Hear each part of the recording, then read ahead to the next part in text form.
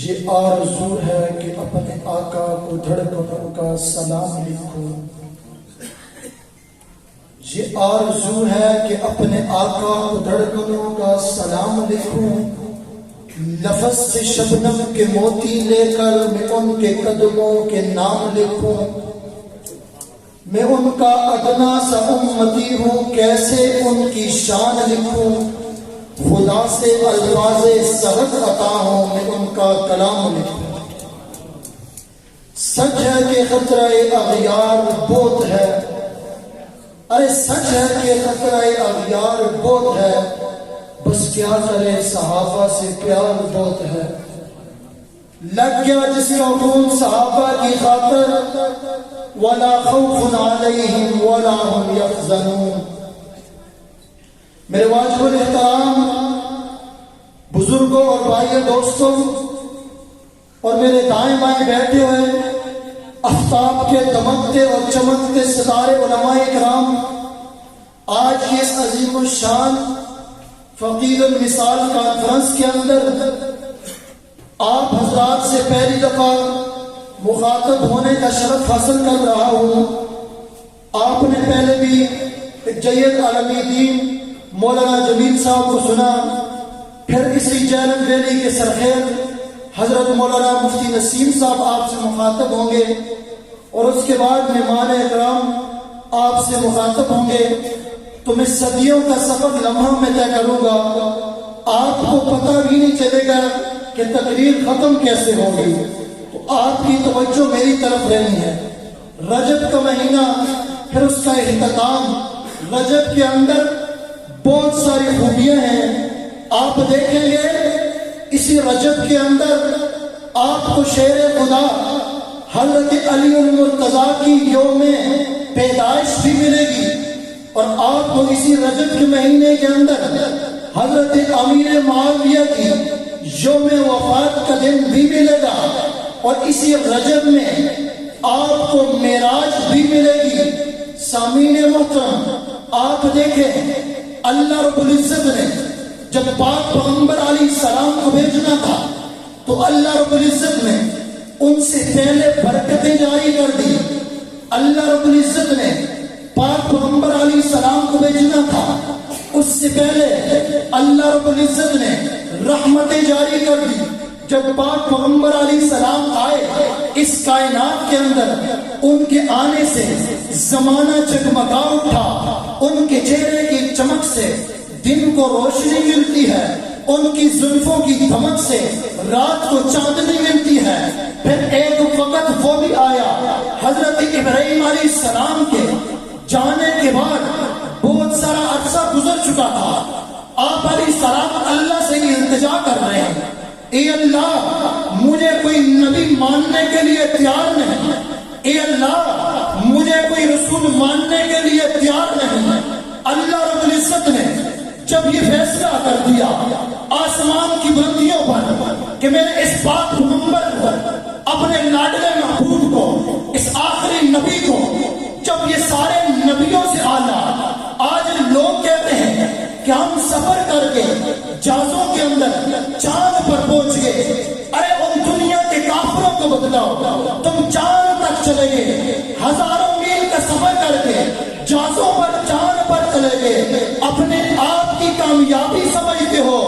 آپ انہیں بتائیے، آپ 1400 سال بعد چاند پر پہنچ کر اپنے آپ کو کامیاب سمجھتے ہو؟ میرے اور آپ کے آخری نبی امام الانبیاء سید الورا مکین گنبد حضرا حضرت محمد مصطفیٰ صلی اللہ علیہ وسلم 1400 سال پہلے چاند سے بھی اوپر چلے گئے تھے۔ معراج کی رات آپ علیہ السلام عرش معلیٰ کی بلندیوں تک۔ تو میرے بھائی، اب ابراہیم علیہ السلام کے جانے کے بعد بہت سارا عرصہ گزر چکا تھا، اب اللہ رب العزت نے آپ علیہ السلام کو ہر جگہ پر صفات میں آپ علیہ السلام کو کمال عطا کیا تھا۔ آپ علیہ السلام کا مقام اور مرتبہ سب سے اعلیٰ تھا، تو اللہ رب العزت نے دین اسلام کے لیے جماعت بھی اعلیٰ دینی تھی، تو پھر اللہ رب العزت نے اس وقت جس جماعت کا انتخاب کیا وہ کون سی جماعت تھی جسے نام سے جانتی ہے. حالانکہ ایک منظر آپ وہ بھی دیکھیے، طائف کی وادی کے اندر پاک پیغمبر علیہ السلام دین کی دعوت دے رہے ہیں. دین کی دعوت دیتے ہوئے مکہ کے کافروں نے اس وقت طائف کی وادی میں میرے اور آپ کے آخری پیغمبر کو اتنا مارا، آپ علیہ السلام کو اتنی تکلیفیں پہنچائی، آپ علیہ السلام کے جسم مبارک سے خون نکل رہا تھا. آپ علیہ السلام نے اپنی چادر مبارک نکالی خون صاف کرنے کے لیے. اتنے میں جبرائیل امین آ گئے. جبرائیل امین نے آ کر کہا، اے اللہ کے محبوب، اے لاڈلے محمد، آپ علیہ السلام سے یہ مخاطب ہے کہ آپ یہ چاہتے ہیں ان دونوں پہاڑیوں کو آپس میں ملا دیا جائے. آپ علیہ السلام نے کہا جبرائیل خود آئے ہو، بھیجا گیا ہے.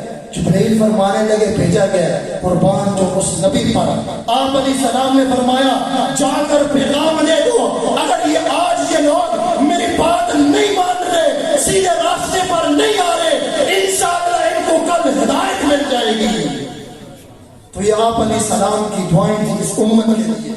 تو اللہ رب العزت نے آپ علیہ السلام کو جماعت بھی کمال دی، لاجواب دی، بے مثال دی.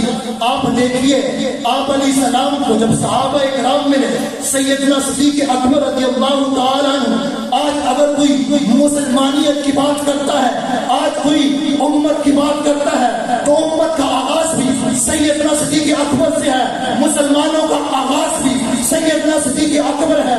اگر کوئی اپنے آپ کو مسلمان سمجھنا چاہتا ہے تو اسے سیدنا صدیق اکبر کو پہلے ماننا پڑے گا. سامعین محترم، جب پاک پیغمبر کو یہ جماعت ملی تو پاک پیغمبر نے ان کی تربیت کی. پاک پیغمبر علیہ السلام کے قدموں میں بیٹھے. پھر وہ منظر بھی دیکھیے، پاک پیغمبر علیہ السلام 313 کا لشکر لے کر جو پہلی جنگ تھی جسے غزوہ بدر کہا جاتا ہے، میدانوں میں پہنچتے ہیں. آگے 1000 کا لشکر ہے، 1000 کے لشکر کے سامنے 313 کا لشکر جب پہنچتا ہے، میرے اور آپ کے آخری پیغمبر سجدے کے اندر ہے. اللہ رب العزت سے یہ التجا کر رہے ہیں، اے اللہ ان کو کامیابی دے دے، اے اللہ ان کو کامیاب کر دے. اگر یہ مٹ گئے قیامت کی صبح تک تیرا نام لینے والا کوئی نہیں ہوگا. اللہ رب العزت نے پاک پیغمبر کی اس دعا کو قبول کیا. جب یہ دعا قبول ہوتی ہے کوئی 3000 کا لشکر 1000 کفار کے چکے چھڑا کے چھوڑ دیتا ہے. صحابہ نے تو قربانیاں دی ہیں.